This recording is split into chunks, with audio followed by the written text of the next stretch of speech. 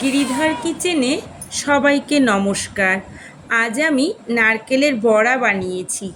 এইভাবে একবার বানিয়ে খেয়ে কমেন্টে জানিও কেমন লাগলো।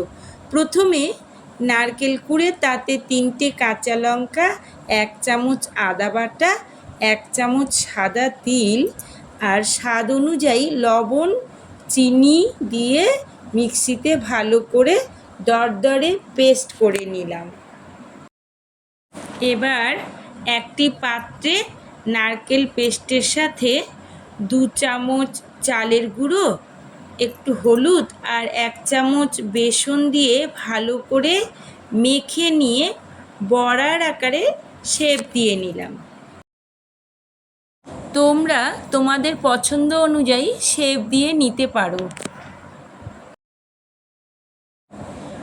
এবারে গরম করতে দিয়েছি এদিকে কড়ার মধ্যে তেল গরম হয়ে গেলেই তাতে বড়াগুলো ছেড়ে দিয়ে লাল করে এপিট ওপিট ভালো করে ভেজে নিয়েই রেডি হয়ে গেল আমাদের গোপালের নারকেলের বড়া। প্রথমে ঘি দিয়ে অন্ন, আর এদিকে নারকেলের বড়া, ঢ্যাঁড়স সেদ্ধ, পটল ভাজা, ভেজ ডাল, পাঁপড় দিয়ে, আর এদিকে করলার রসা করেছি, আর লাস্টে তো আম আছেই, জল তুলসী পাতা দিয়েই ভগবানকে রেডি।